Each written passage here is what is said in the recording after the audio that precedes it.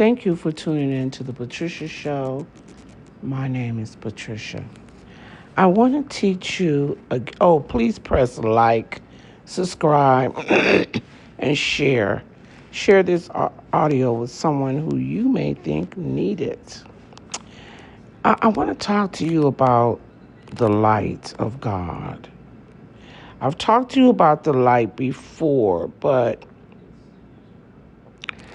I don't think many of you understand what I'm talking about. So I'm going to elaborate on that a little bit more. There were some gospels that were found back in 1945. It was called the Gospel of Thomas. And in this gospel, the Gospel of Thomas speaks about some of the statements that Jesus made. I think it was like 114 statements that Jesus gave. And back in the day, the bishops did not choose to include these sayings. So let's go through a couple of the Gospel of Thomas. You could Google it or look it up. It was found buried, and I can't remember where it was buried at, but it was found by in 1945. It was found, and again, what it is several sayings of what Jesus actually said. It was found somewhere near Egypt. So it had been buried there. The Gospel of Thomas was lost, and was discovered in 1945 in some place in Egypt. Since then, scholars have been studying it closely. So now we're going to go through a couple of things that were in there, a couple of the sayings. The sayings are what Jesus said. So it's direct information from Jesus. So now, and we're going to talk about why it wasn't included. So now, one of the sayings was, the kingdom is within you. This is what Jesus said. If those who lead you say to you, see, the kingdom is in the sky, then the birds of the sky will precede you. If they say to you, it is in the sea, then the fish will precede you. Rather, the kingdom is inside of you, and it is outside of you. When you come to know yourself, then you will be known, and you will realize that you are the sons of the living Father. But if you will not know yourself, you dwell in poverty, and it is you who are that poverty. Why did this statement that Jesus made trouble the bishops, and they didn't want to include it in the Bible?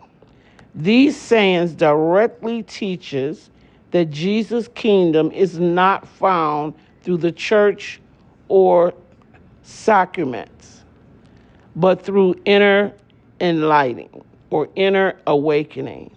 It removes the need for a religious hierarchy because each person can discover the divine within themselves. Here is another saying of Jesus. This is saying 70 in the Gospel of Thomas, the light within. If you bring forth what is within you, what you bring forth will save you. If you do not bring forth what is within you, what you do not bring forth will destroy you. What does this mean? The same power lies within one's own consciousness, not in external salvation. Why did the bishops not include this? It suggests that salvation is self-realization, awakening the divine light inside of you instead of being dependent on the church or the priestly figures. Saying 77 from the Gospel of Thomas, Jesus and the light. Jesus says, "It is I who am the light, which is above them all. It is I who am the all. From me did the all come forth, and unto me did the all exist. Split a piece of wood, and I am there. Lift up the stone, and you will find me there." What does this mean? This portrays Christ as an omnipresent divine consciousness within all creation. Why was it rejected by the bishops? It moves away from seeing Jesus only as a historical figure or an external redeemer, and instead it sees as a universal presence, the infinite light. So in other words, the church portrays Christ as just being Jesus. And this saying is saying, no, the Christ is a universal presence, and it's in everything and it's everywhere. So the bishops didn't agree with that, so they didn't put it in the Bible. Saying 50 from the Gospel of Thomas, the origin of light. If they say to you, "Where do you come from?" say to them, "We come from the light, the place where the light come into being of itself." What does this mean? Humanity oriented, mankind came from divine light. Each soul carries that essence. Why did not the bishops include this? It contradicts the doctrine that only Jesus is the only begotten Son of God. Instead, it declares that all souls come from the divine light. So during the time of Nicene, I think it was 325, that was the year, I think. I'll have to look that up. They said that the reason meaning the bishops of the Catholic Church, they said that they made Jesus the only begotten Son of God because Jesus had the divine light. And that was one of the reasons they made him the divine child of God. What they didn't know at the time was that all mankind, even them meaning the bishops, had the divine light. So if we all have the divine light, that means we all are from the Father, not just Jesus. And Jesus was telling them that in the teaching, that all souls are from the divine light. And it didn't fit into their teaching, so they didn't include it in the Bible. Saying 113, the kingdom spreads upon the earth. His disciples said to him, "When will the kingdom come?" Jesus said, "It will not come by waiting for it. It will not be said, 'Look, here it is,' or 'Look, there it is.' Rather, the kingdom of the Father is spread out upon the earth, and men do not see it." What does this mean? The divine reality is already here. The kingdom is right before you. It's not coming in the future. It is not a future event, and it is not in heaven after you die. Why did not the bishops like that saying, and why didn't they include it in the Bible? because this undermined teaching that they had about the church as the getaway to salvation and about waiting for the second coming, because they always told you Jesus was coming back. It instead teaches present moment realization. Once you tap the kingdom of heaven within you, then you'll be able to see the kingdom outside of you and all around you. Saying 108 from the Gospel of Thomas, whoever drinks, it's called the oneness with Christ.